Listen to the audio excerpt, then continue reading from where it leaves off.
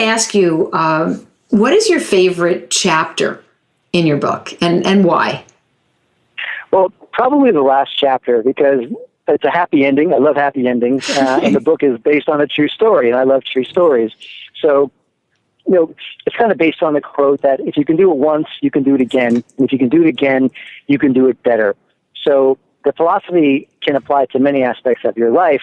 For me, it was relationship focused. It took me 43 years to find my true companion, but it was really worth the wait, and I would do it all over again if I knew I'd end up where I am right now.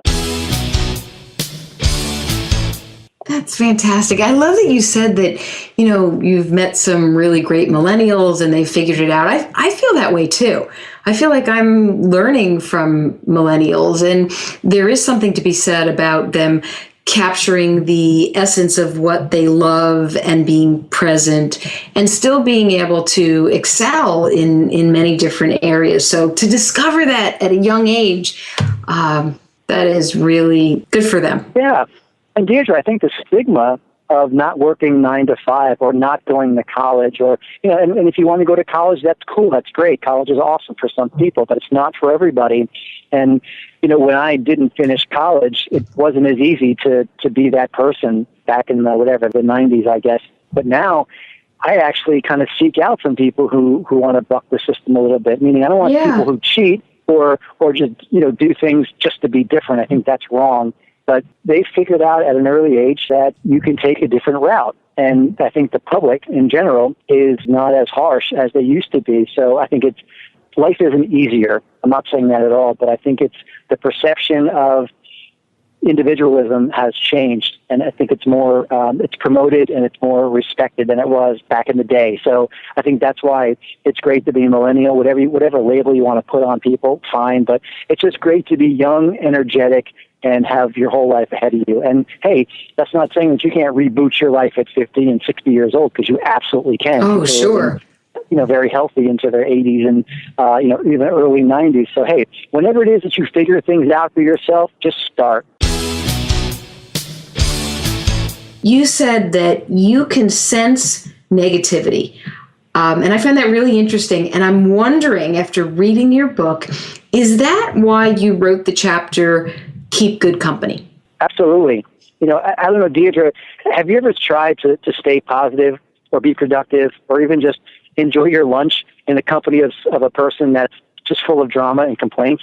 It's such an unnecessary waste of energy, in my opinion. Draining. Trust me, I get the fact it's cool to be a good listener and to offer someone help if they're dealing with something challenging, a situation in their life.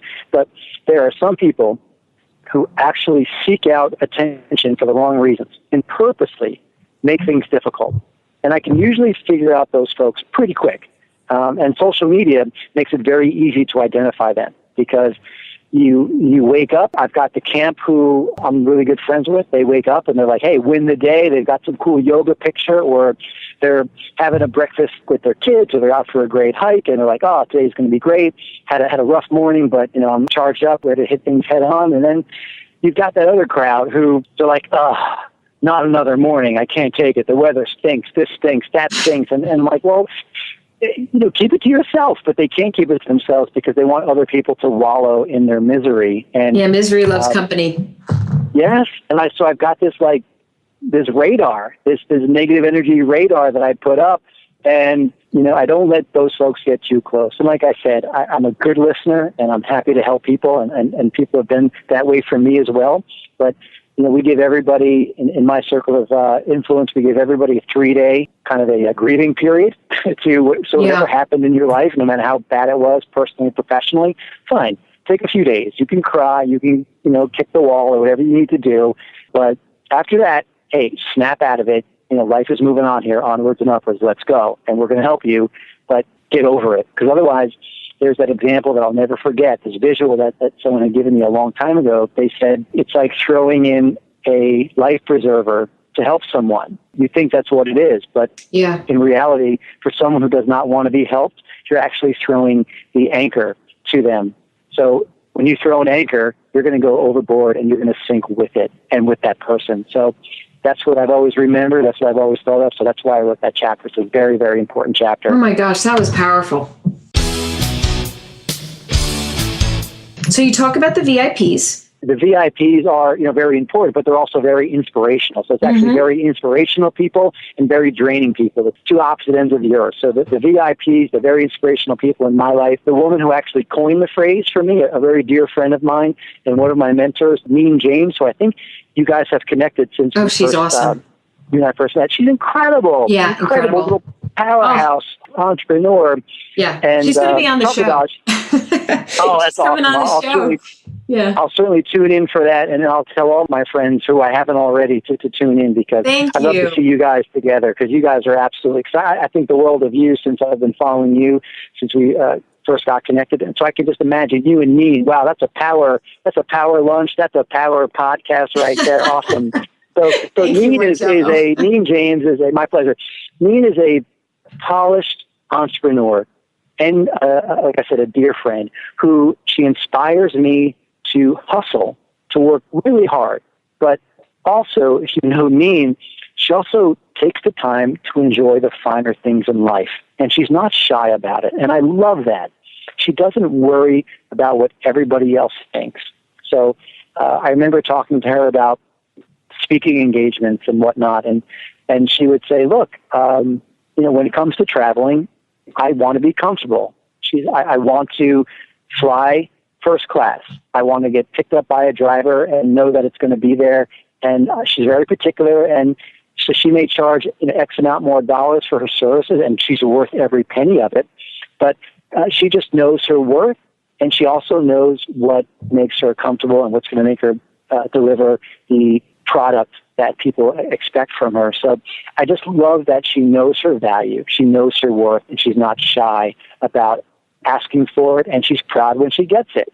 And I love that she breaks barriers. She doesn't think about or talk about men versus women or this status versus that status. She just talks about be awesome and charge accordingly. And she'll go out on motorcycle rides. She'll pick the Ferrari out. She'll go out for beautiful lunches. She'll buy herself a new pair of stilettos, and she looks ridiculous in them.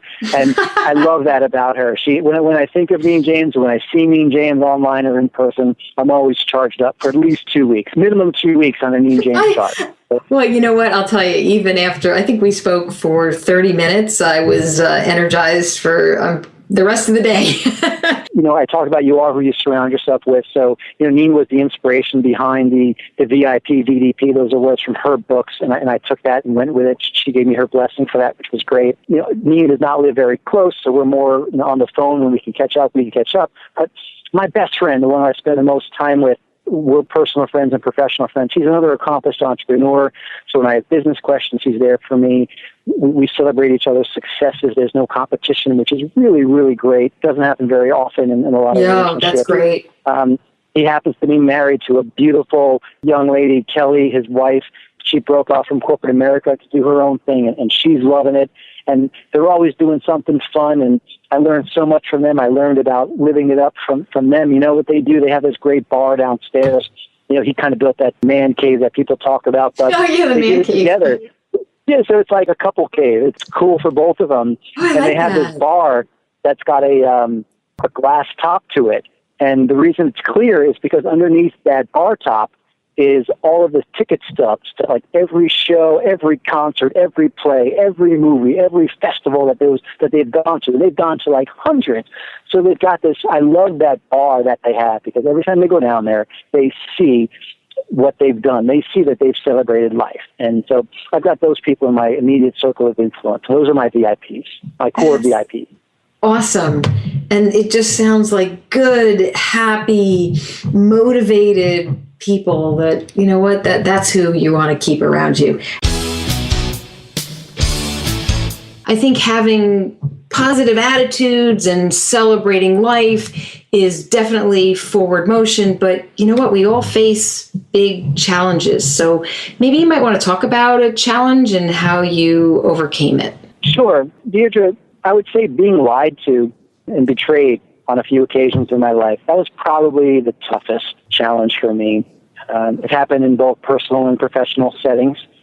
Now, I promised myself for my daughter's sake that I would never publicly speak ill about certain individuals or events that took place in the past, and I'm going to honor that. So I won't get into any specifics of those challenges, but I'm happy to share what got me through my darkest hours and the specific steps that I took to conquer those obstacles and crisis in general that come my way. So number one, I exercise. I run, I swim, I kayak, I punch a speed bag. It's my favorite way to relieve stress. And I think you can't be effective if you're not in a good place mentally. So there's no way you can overcome any challenge or obstacle if you're not in a good place. I think the physical exertion of exercise is number one for me.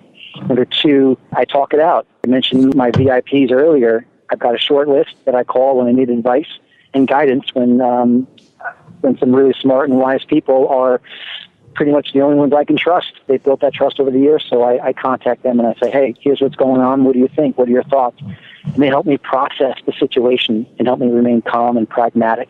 Because I'm sure you know when sometimes you're involved with a crisis or a challenge, emotions can sometimes get the best of you, and they can tweak your thought process, which is not good. You need to be firing on all cylinders. Number three, I get organized.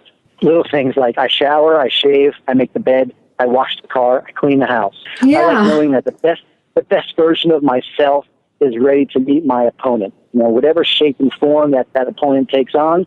So if my life is in order, it's a confidence builder for me. Moving forward, number four for me to overcome a challenge or an obstacle, portion control. Believe it or not, being hyper-focused on nutrition and portion control prevents me from going down that slippery slope of emotional eating. So again, that kind of goes back to being in my best mental state. And I know that in the past, I've kind of blurred the line of if I didn't have a great day or something, I just might go get a cheeseburger. I know it sounds funny, but it's a real thing. So I like to make sure that I get hyper-focused on making sure that I'm eating clean and doing my workout, because then it just helps me deal with those challenges. And then finally, number five, finding a project that needs completing and getting it done. There's a big mental charge that I get from that. So I find writing to be very cathartic and healing. So this book was a very wonderful, way to accomplish the goal that I set out for myself while simultaneously being productive. So when I have challenges in my life, usually I hit those 5 points, and that's what I do. I exercise, I talk it out, I get organized, focus on my eating properly, and then I find a project and get productive.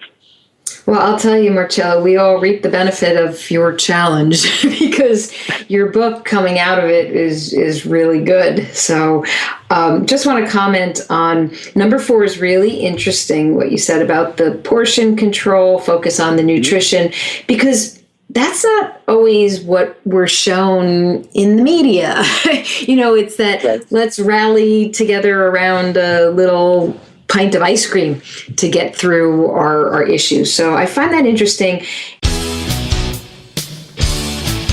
What stands out the most that you've learned about yourself that you didn't know when you were 21 or 23 or, somewhere in your 20s? Sure. As I mentioned in the book, Deirdre, from traveling to Costa Rica, I got to meet some really, really beautiful souls. They're dear friends of mine now, but basically I consider them family.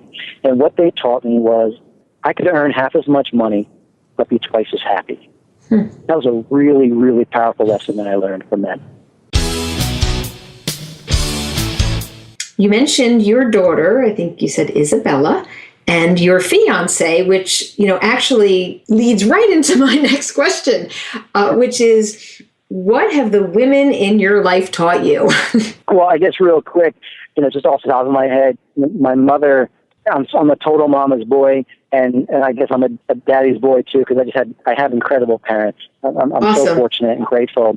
But as far as, women go, just off the top of my head, my mother, she taught me about hospitality. I mentioned in my book, she's like Jackie O, and was it Emily Post, the one who I think manners and stuff. Mm-hmm. Yeah, she taught me about that and how to be a great friend. She's such a wonderful friend. She's the one who always, before there were these computer programs and Facebook reminders of whose birthday it was, my mother never forgot someone's birthday, or that's so nice. If they did something or accomplished something, she would always be the first one to send a card and taught me how to write thank you notes. Even, calling is good because you want to stand out, you want to make it sincere.